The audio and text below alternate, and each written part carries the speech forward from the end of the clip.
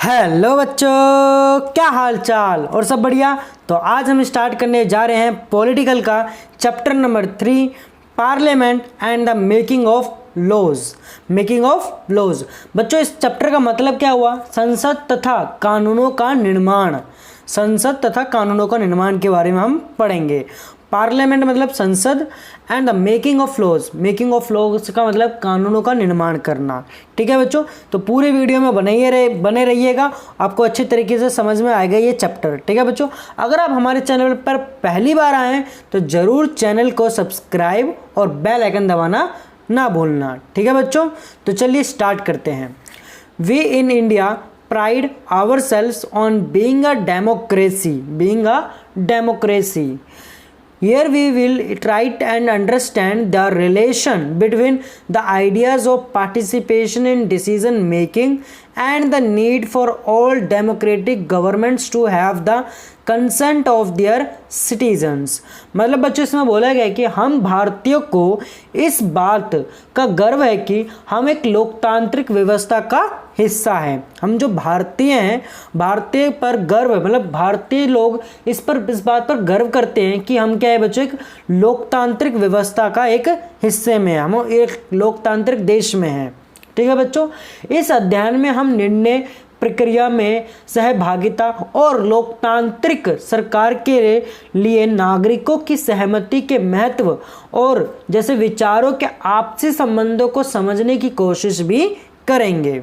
ठीक है बच्चों, it is this elements that together make us a democracy and this is the best expressed in the institution of the parliament. In this chapter we will try to see how the parliament enables citizens of India to participate in decision making and control the government, thus making it the most important symbol of Indian democracy and a key features of the constitution. तो मतलब बच्चों इसमें यही बोला हुआ है कि यही वे तत्व है जो सम्मिलित रूप से भारत में एक लोकतांत्रिक व्यवस्था का निर्माण करते हैं। इस बात की सबसे अच्छी अभिव्यक्ति संसद के रूप में मिलती है। इस अध्ययन में हम ये देखेंगे कि किस तरह हमारी जो पार्लियामेंट है, मतलब संसद है, जो देश के नागरिकों को निर्णय प्रक्रिया में हिस्सा लेने और सरकार पर अंकुश रखने में मदद देती है। इसी आधार पर संसद भारतीय लोकतंत्र का सबसे महत्वपूर्ण प्रतीक और संविधान का केंद्रीय तत्व भी है। ठीक है बच्चों, आगे पढ़ते हैं। इसके आगे हमारा है वाई शुड पीपल डिसाइड। मतलब बच्चों यहाँ पर ये इसका मतलब ये है कि लोगों को फैसला क्यों लेना चाहिए, लोगों को फैसला आखिर क्यों लेना चाहिए, उसके बारे में है। तो चलिए आगे पढ़ते हैं इसमें। India as we know become independent on 15 August 1947। आप जैसे कि जानते ही हो, हमारा जो भारत है 15 अगस्त 1947 को आज़ाद हुआ है। Preceding this was a long and difficult struggle in which many sections of society participated. इस आज़ादी के लिए पूरे देश की जनता एक लंबा और मुश्किल संघर्ष चलाया था। People from various backgrounds joined the struggle and they were inspired by the ideas of freedom, equality and participation in decision making। इस संघर्ष में समाज के बहुत सारे तबकों की हिस्सेदारी थी। तरह तरह की पृष्ठभूमियों के लोगों ने इसमें भाग लिया और वे स्वतंत्र, समानता तथा निर्णय प्रक्रिया में हिस्सेदारी के विचारों से भी प्रेरित थे। ठीक है बच्चों, इंस्पायर्ड थे वो। Under colonial rule the people had lived in fear of the British government and did not agree with many of the decision that they took. मतलब बच्चों इसमें बोला गया है कि औपनिवेशिक शासन मतलब बच्चों कॉलोनियल रूल का मतलब होता है जब एक देश दूसरे देश पर अपना कब्जा जमा ले, उसे हम कॉलोनियल रूल कहते हैं। ठीक है बच्चों, इसे हिंदी में कहते हैं औपनिवेशिक शासन, औपनिवेशिक शासक। ठीक है बच्चों। औपनिवेशिक शासन, औपनिवेशिक शासन के तहत लोग ब्रिटिश सरकार से भयभीत रहते थे, मतलब डरे हुए रहते थे। यहाँ लिखा ना lived in fear of the British government. तो ये ब्रिटिश सरकार से कहते हैं ये भयभीत रहते थे। वे सरकार के बहुत सारे फैसलों से भी कहती बच्चों असहमत थी, मतलब सहमत नहीं थे वो उनकी फैसलों से। But they faced grave danger if they try to criticise this decision. लेकिन अगर वे इन फैसलों की आलोचना करते तो उन्हें भारी खतरों का भी सामना करना पड़ता था। The freedom movement changed this situation. स्वतंत्रता आंदोलन ने ये स्थिति बदल डाली थी। The nationalist began to openly criticise the British government and make demand. अब राष्ट्रवादी खुलेआम ब्रिटिश सरकार की आलोचना करने लगे और अपनी मांग पेश करने लगे। जो भी उनकी डिमांड थी वो आगे पेश करने लगे। ठीक है बच्चों, आगे देखो। As far back as 1885, the Indian National Congress demanded that there be elected members in the legislature with the right to discuss the budget and ask questions.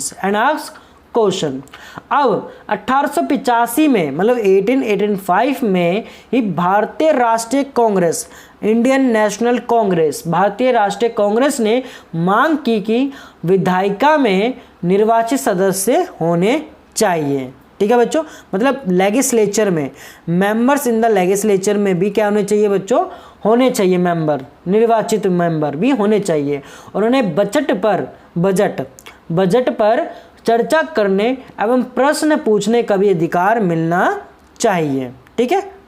The government of India act 1909 allowed for some elected representation. अब 1909 में बने government of India act ने कुछ हद तक निर्वाचित प्रतिनिधित्व की व्यवस्था को भी मंजूरी दे दी थी। While these early legislatures under the British government were in a response to the growing demands of the nationalists, they did not allow for all adults to vote, nor could people participate in decision making। हालांकि जो British सरकार के अंतर्गत बनाई गई ये शुरुआती विधायिकाएं राष्ट्रवादियों के बढ़ते जा रहे दबाव के कारण ही बनी थी।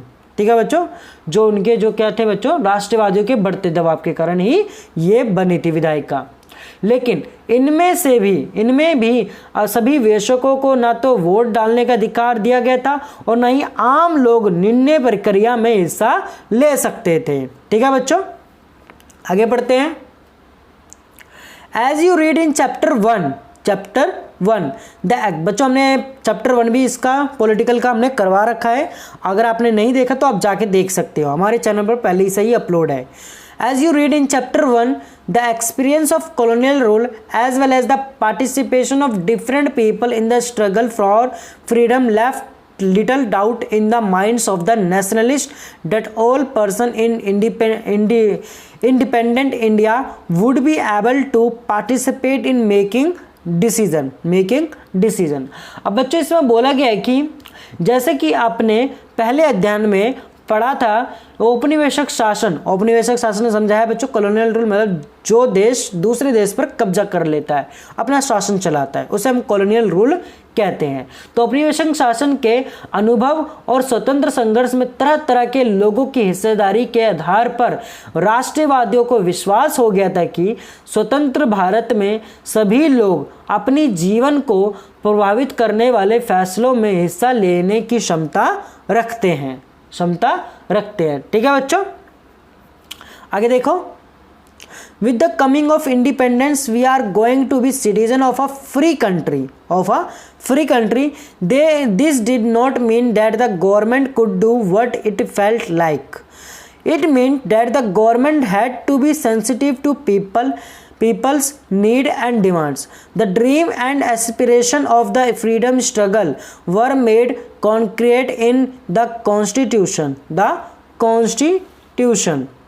of independent India that laid down the principle of universal adult franchise, that is that all adult citizens of the country have the right to vote, right to vote. अब स्वतंत्रता मिलने पर हम एक स्वतंत्र देश के नागरिक बनने वाले भी थे, लेकिन इसका ये मतलब नहीं था कि सरकार जो चाहे वो कर सकती है थी।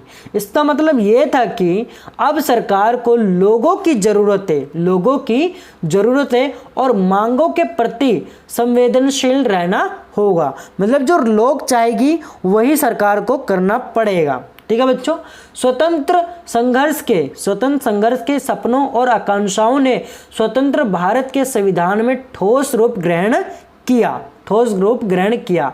इस संविधान ने सार्वभौमिक वेशक मताधिकार के सिद्धांत को अपनाया। सार्वभौमिक वेशक मताधिकार का मतलब है कि देश के सभी वेशक नागरिकों को भी वोट देने का अधिकार है। ठीक है बच्चों, क्या लगाया गया? Universal adult franchise.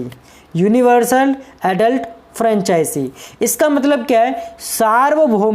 सार्वभौमिक वेशक मताधिकार। मतलब सभी जो इंडियन सिटीजन है, एडल्ट सिटीजन्स हैं, सभी को हर एक को वोट देने का अधिकार है, राइट टू वोट। मतलब सभी को वोट देने का भी अधिकार है, कोई भी वंचित नहीं रहेगा, सभी को वोट देने का अधिकार मिलेगा। ठीक है बच्चों, आगे देखते हैं।